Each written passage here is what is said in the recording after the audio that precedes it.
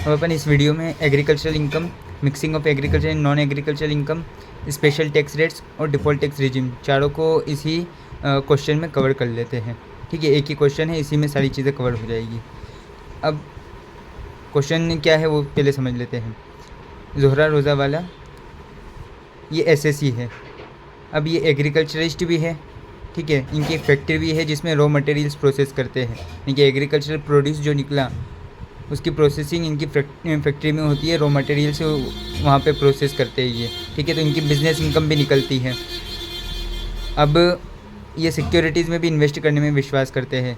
Long term securities और short term securities दोनों हैं इनके पास। ठीक है, और प्रीवियस ईयर 23-24 में ये डिफ़ॉल्ट रिजिम में टैक्स पे कर रहे हैं। ठीक है, तो इतना तो समझ में आ गया कि इनकी इनकम सोर्सेज कहाँ कहाँ से निकलेगी। अब एक्चुअल में इनकी इनकम सोर्सेज समझ लेते हैं। तो शुगर केन ये प्रोड्यूस करते हैं।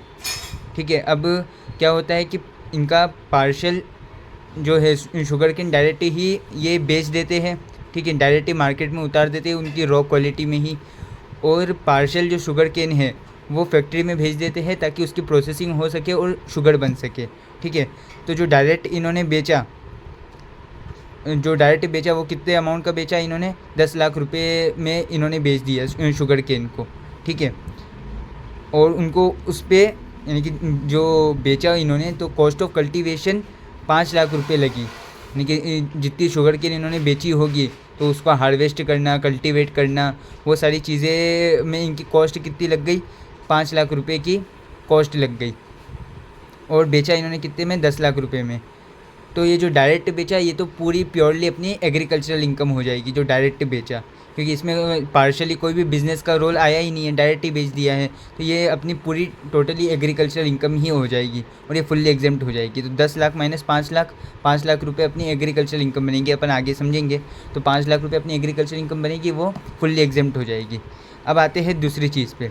इन्होंने शुगर केन को भेजा अपनी फैक्ट्री में प्रोसेसिंग के लिए, फर्दर प्रोसेसिंग के लिए, ताकि शुगर बन सके। तो जितनी उन्होंने शुगर केन भेजी अपनी फैक्ट्री में, उनकी उसकी मार्केट वैल्यू क्या आ रही थी, मार्केट वैल्यू आ रही थी 22 लाख रुपीज़। ठीक है, और जितनी उनको कॉस्ट ऑफ कल्टीवेशन लगी, जो शुगर केन का गट्ठा उन्होंने भेजा अपनी फैक्ट्री में, उस पर कॉस्ट ऑफ कल्टीवेशन उनकी कितनी आई, 14 लाख रुपये। ठीक है, 14 लाख रुपए उनको लग गए उसको प्रोड्यूस करने में, उसको कल्टीवेट करने में, उसको हार्वेस्ट करने में, सारी चीज़ें मिला के उनको कॉस्ट ऑफ कल्टीवेशन पड़ गई 14 लाख रुपए में, उतने ही शुगर केन के लट्ठे पर। ठीक है, अब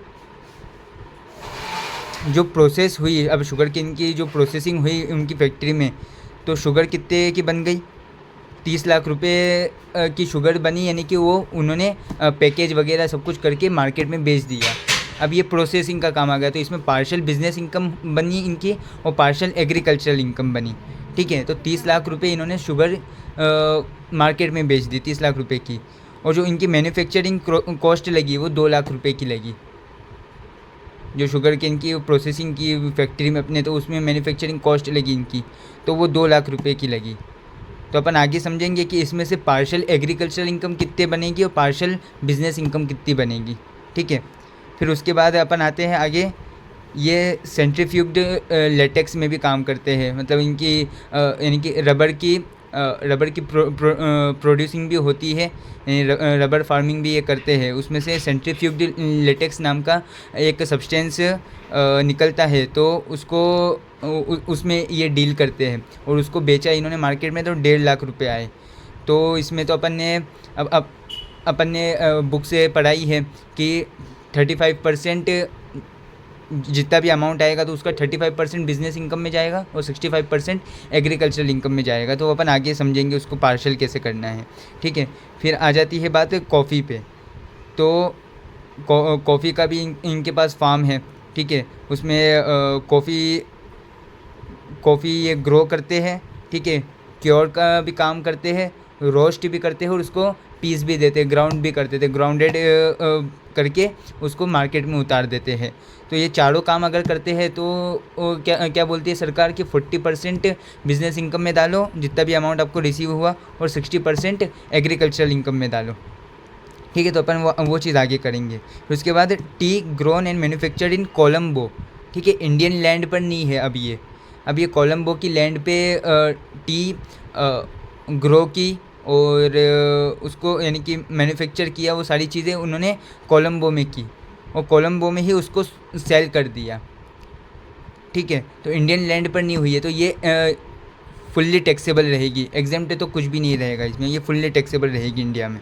ठीक है, अब income from sapling and seedling grown in nursery at Cochin, basic operations was not carried on land. ठीक है, तो नर्सरी के केस में क्या लैंड पे बेसिक ऑपरेशन कैरी आउट हो रहे हैं या नहीं, उससे फ़र्क नहीं पड़ता है। अगर नर्सरी का काम हुआ है तो वो एग्रीकल्चरल इनकम में ही आएगा और फुल्ली एग्जेम्प्ट रहेगा, उसमें कोई भी पार्शियल बिजनेस का कोई भी रोल नहीं है, वो फुल्ली एग्जेम्प्ट ही रहेगा। ठीक है, तो इतना अपने को यहाँ तक का क्वेश्चन समझ में आ गया। अब सिक्योरिटीज़ पे आते हैं कि ये सिक्योरिटीज़ में कैसे डील कर रहे हैं।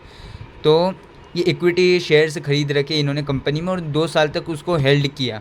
ठीक है, और उस पर बराबर सिक्योरिटीज ट्रांजैक्शन टैक्स जो भरना रहता है वो उन्होंने भरा उसको, और एक्विजिशन के टाइम पे भी, ट्रांसफ़र के टाइम पे भी। तो सरकार क्या बोलती है कि एक्विजिशन के टाइम पर, ट्रांसफ़र के टाइम पे, दोनों टाइम अगर आपने सिक्योरिटीज ट्रांजैक्शन टैक्स भरा है, अगर ये बाकायदा आपने फुलफ़िल किया है, तो फिर आपको टैक्स 10% ही भरनी है LTCG पे, लॉन्ग टर्म कैपिटल गेन पे। और अगर आपने सिक्योरिटी ट्रांजैक्शन टैक्स नहीं भरी तो फिर आपको 20% भरना पड़ेगा। ठीक है, अभी तो स्लैब रेट चेंज हुए हैं LTCG के लिए, लेकिन जब वो अमेंडमेंट में आएगा तब अपन उस हिसाब से कैलकुलेट करेंगे, नहीं तो अभी अपन ओल्ड रेट के हिसाब से ही कैलकुलेट करेंगे आगे क्वेश्चन में। ठीक है, अब आती है बात STCG की, शॉर्ट टर्म कैपिटल गेन। 6 महीने के लिए इन्होंने इक्विटी शेयर्स को हेल्ड करके रखा कंपनी का। ठीक है, फिर उसको बेच दिया, उस पर 90,000 रुपये का इनको गेन हुआ था। तो ये सिक्योरिटीज़ ट्रांजैक्शन टैक्स अगर पे करी है उस सेल पे, तो वो 15% के स्लैब में आ जाएगी। ठीक है, 15% उस पर फ्लैट आपको टैक्स भरना पड़ेगा 90,000 पे। ठीक है, तो अपन सारी चीज़ें आगे समझेंगे जब अपन कैलकुलेट करने बैठेंगे टैक्स तो। ठीक है, तो अपन सॉल्यूशन पे आ जाते हैं। अब यहाँ पे computation of business income and agricultural income. ठीक है, यहाँ पे उन्होंने शुगर सेल की, अपन ने पढ़ा ये क्वेश्चन में, शुगर सेल की, तो कितने की शुगर सेल की इन्होंने? 30 लाख रुपीज़ की।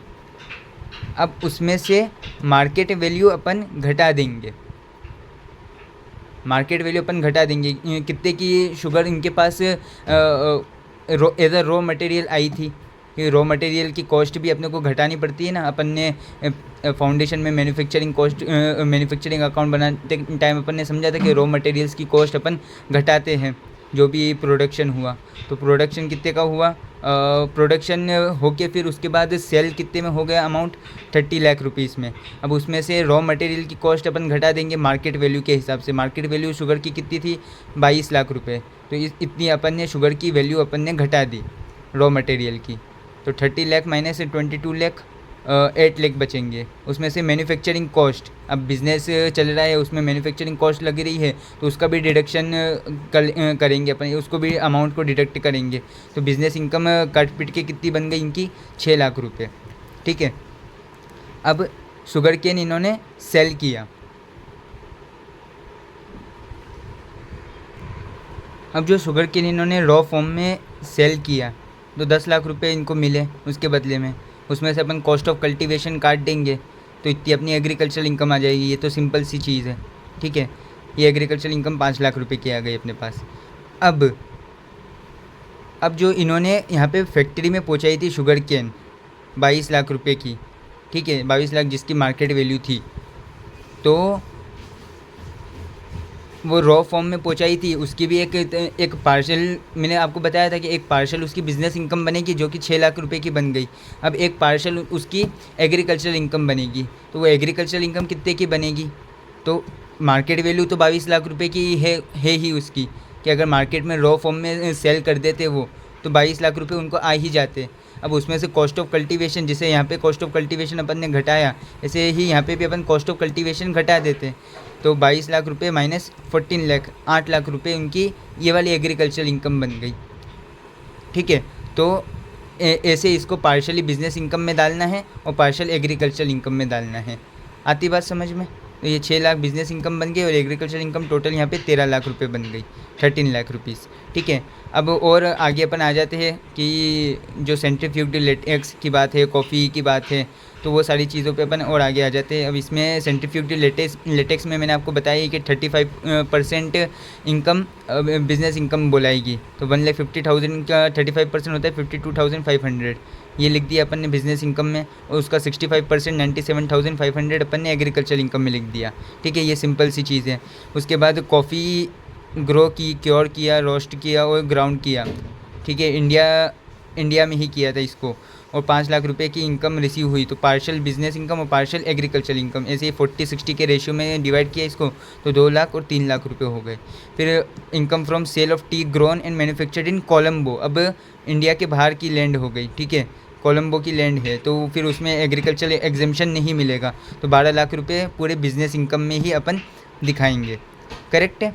अब उसके बाद income from sapling and seedling grown in nursery at Cochin, तो बताया ही था कि नर्सरी से जो भी इनकम रिसीव हो रही है वो एग्रीकल्चर इनकम के परव्यू में आएगी, और कोचीन तो इंडिया में ही है, तो 2 लाख रुपए ये फुल्ली एग्जेम्प्ट हो गया अपना। तो टोटल एग्रीकल्चरल इनकम यहाँ पे कितनी बन जाती है, 5,97,500, और बिजनेस इनकम 14,52,500। इन दोनों को अपन प्लस करेंगे और इन दोनों को प्लस करेंगे, तो टोटल बिजनेस इनकम निकल जाएगी और टोटल एग्रीकल्चरल इनकम निकल जाएगी अपनी। ठीक है, अब यहाँ पे एक नोट है कि अगर ज़ोहरा रोज़ावाला नॉन रेसिडेंट होते तो उनकी जो बिज़नेस इनकम है वो कोलंबो से जो इनकी 12 लाख रुपए आई, अब वो तो फॉरेन सोर्स की हो गई। अब नॉन रेसिडेंट है तो फॉरेन सोर्सेज को तो अपन इंक्लूड करेंगे नहीं, तो ये 12 लाख को अपन एक्सक्लूड कर देते, तो फिर उनकी बिज़नेस इनकम यहाँ पे कितनी बनती, 2,52,500। ठीक है, तो ये वाली इनकम एक्सक्लूड हो जाती है ज़ोहरा रोज़ावाला की। ठीक है, mixing of non agriculture income with agriculture income. अब यहाँ पे मैं ज़ोहरा को एज ROR लेके टैक्स कैलकुलेट कर रहा हूँ। ठीक है, एज NR लेके आपको टैक्स कैलकुलेट करना है। बस NR में आपको इतना करना रहेगा कि एग्रीकल्चर इनकम जो 20,52,500 है ना, उसमें से 12 लाख कट जाएंगे। किस चीज़ के, कि वो कोलंबो वाली इनकम इंक्लूड नहीं होगी, इसलिए वो कट के 8,52,500 हो जाएगा, और उसके बाद फिर आपको टैक्स कैलकुलेट करनी है NR के लिए। ठीक है, तो मैं ROR का बता देता हूँ, NR का आपको कैलकुलेट करना है। अब इसमें थोड़ी काटपीट हुई है क्योंकि मैं भूल गया था कि इस साइड की भी इनकम इसके साथ जोड़नी है, मैंने बस इसको ही कंसिडर किया था, तो सॉरी उसके लिए। बाकी अब बता देता हूँ। तो जैसे मैंने आपको बताया था कि 14,52,500 प्लस 6 लाख कितने हो जाएंगे, 20,52,500, और 5,97,500 प्लस 13 लाख 18,97,500 इनकी एग्रीकल्चरल इनकम। ठीक है, तो अपने को पता है non agricultural income basic exemption limit के ऊपर है। ठीक है, डिफॉल्ट टैक्स रिजिम में 3 लाख रुपए का बेसिक एग्जेम्पशन लिमिट है, और उसके बाद एग्रीकल्चर इनकम 5,000 रुपये से ऊपर ही है। ठीक है, तो दोनों को अपन मिक्स करेंगे, नॉन एग्रीकल्चर इनकम और एग्रीकल्चर इनकम को। आती बात समझ में। अब इसमें नॉन एग्रीकल्चर इनकम में वो STCG और LTCG का अमाउंट जोड़ना नहीं है, क्योंकि वो STCG और LTCG पे तो अलग से टैक्स लगती है, जिसको अपन अगले फर्रे पर अपन समझेंगे। बाकी हाँ, उसमें नॉन एग्रीकल्चर इनकम में वो STCG और LTCG का अमाउंट इसमें नहीं जोड़ना है। करेक्ट है, वो वाली इनकम इसमें नहीं जोड़नी है। अब स्टेप 1 क्या है कि non agriculture income plus agriculture income, इसको दोनों को मिला लो, कितना आ रहा है 39,50,000। ठीक है, उस पर डिफ़ॉल्ट टैक्स रिजिम के हिसाब से टैक्स निकाल लो। ठीक है, 3 लाख अप टू 3 लाख 0% है, फिर 3 लाख से 6 लाख, 3 लाख पे 5%, फिर 6 लाख से 9 लाख, 3 लाख रुपए पे 10%, फिर 9 लाख से 12 लाख, अमाउंट 3 लाख उस पर 15%, फिर 12 लाख से 15 लाख, अमाउंट 3 लाख उस पर 20%। ठीक है, तो इतना निकल गया। अब जो रेसिडुअल अमाउंट है 39,50,000 माइनस 15 लाख कितना हो जाता है, 24,50,000, उस पर 30% लगाएंगे, 7,35,000 की टैक्स आ गई। इतना पूरा कैलकुलेट करेंगे 8,85,000। अभी HEC नहीं लगाना है, हेल्थ एंड एजुकेशन सेस अभी नहीं लगाना है, वो आखिरी में लगेगा, बताऊंगा कैसे लगेगा। ठीक है, अब स्टेप 2 क्या है, agricultural income plus basic exemption limit. Agriculture income जितनी हो उसमें बेसिक एग्जेम्पशन लिमिट को मिक्स करो, तो 18,97,500 प्लस 3 लाख, ठीक है, 21,97,500, ठीक है। इतना अपना कैलकुलेशन हो गया। अब इस पे टैक्स लगाना है इस पर डिफ़ॉल्ट रिजिम। तो अपने को पता ही है अप टू 15 लाख अपना कितना आ रहा है टैक्स, 1,50,000। इसको मैं यहाँ से ही उठा के कैलकुलेट कर लिया, जगह नहीं थी, नहीं तो मैं पूरी स्टेप में दिखा देता। ठीक है, तो अप टू 15 लाख 1,50,000 आ रहा है, करेक्ट। अब जो बची हुई इनकम है 6,97,500, उस पर 30% टैक्स लगेगा, 2,09,250। दोनों को प्लस कर लेंगे तो टोटल टैक्स कितनी लग रही है, 3,59,250, ठीक है। अब स्टेप थर्ड क्या है कि इस वाली टैक्स को इस वाली टैक्स के साथ माइनस कर दो। तो 8,85,000 को अपन ने 3,59,250 से माइनस किया, तो नेट टैक्स भरने को कितनी आ रही है, mixing of non agriculture income with agriculture income पे 5,25,750। यही अपनी एक्चुअल टैक्स है, ठीक है, यही अपने को भरनी है। अब अपन आ जाते हैं जो LTCG और STCG का टैक्स कितना है वो निकालने पर, ठीक है। तो ये स्पेशल रेट्स के हिसाब से निकलता है। इस पर ये बेसिक एग्जामिशन लिमिट का मामला नहीं चलेगा कि बेसिक एग्जामिशन लिमिट तो 2.5 लाख की है या बेसिक एग्जामिशन लिमिट तो 3 लाख की है और मेरी इनकम तो 2 लाख ही है या 90,000 ही है तो मेरे को एग्जामिशन दो, ऐसा कुछ भी नहीं है। इसमें इसके खुद के एग्जामिशन लगते हैं, मतलब जैसे LTCG है तो LTCG में खुद का एग्जामिशन कितना है, 1 लाख रुपीज़ का। तो 1 लाख रुपीज़ का एग्जामिशन देती है सरकार, वो अपन काट के फिर बाकी के जो 1 लाख रुपए है उस पर अपन ने 10% की टैक्स लगाएंगे। और STCG में तो कोई भी एग्जामिशन नहीं है, तो जो 90,000 रुपये पूरे कमाएँ वो उस पर 15% 13,500 करके उसका टैक्स पूरा भर देना है। अब भले आपकी एग्जामिशन लिमिट के ऊपर गई हो इनकम या नहीं गई हो, उससे सरकार को कोई भी फ़र्क नहीं पड़ता है। बस सरकार ने ये टैक्स रेट दे रखा है और यही एग्जामिशन दे रखी है, इस पे एग्जामिशन दी है, इस पे नहीं दी है, और फिर आपको फ्लैट उस पर टैक्स लगानी है। तो अपन ने वही किया है कि जो LTCG है, ये LTCG है, इक्विटी शेयर्स कंपनी में इन्वेस्ट कर रखा था, 2 साल के ऊपर चला गया था तो LTCG में आ गया। ये एग्जामिशन लिमिट 1 लाख रुपए तक की थी, क्योंकि STT पे कर रखा था एक्विजिशन और ट्रांसफ़र के टाइम पे, तो सरकार ने बोल रखा है कि अगर STT पे कर रखा है तो फिर एग्जामिशन ले लेना अप टू 1 लाख रुपीज़, और टैक्स रेट 10% पर भर देना, नहीं तो कोई एग्जामिशन नहीं मिलेगी और फिर टैक्स रेट भी 20% पर भरना पड़ेगा, ठीक है। तो वो अपन ने क्वेश्चन में देखा कि STT भरा हुआ है तो इनकम अपन ने लिखी 2 लाख रुपये, एग्जामिशन उस पर ली 1 लाख रुपये, 1 लाख रुपीज़ अपनी नेट टैक्सेबल इनकम बची और टैक्स उस पर 10% के हिसाब से लगा दिया, तो 10,000 रुपये अपने को टैक्स भरना है, ठीक है। Income from transfer of equity shares in company held for 6 months, जिसमें अब ये STCG वाला मामला आ गया कि हेल्ड फॉर 6 मंथ तो STCG में जाएगा।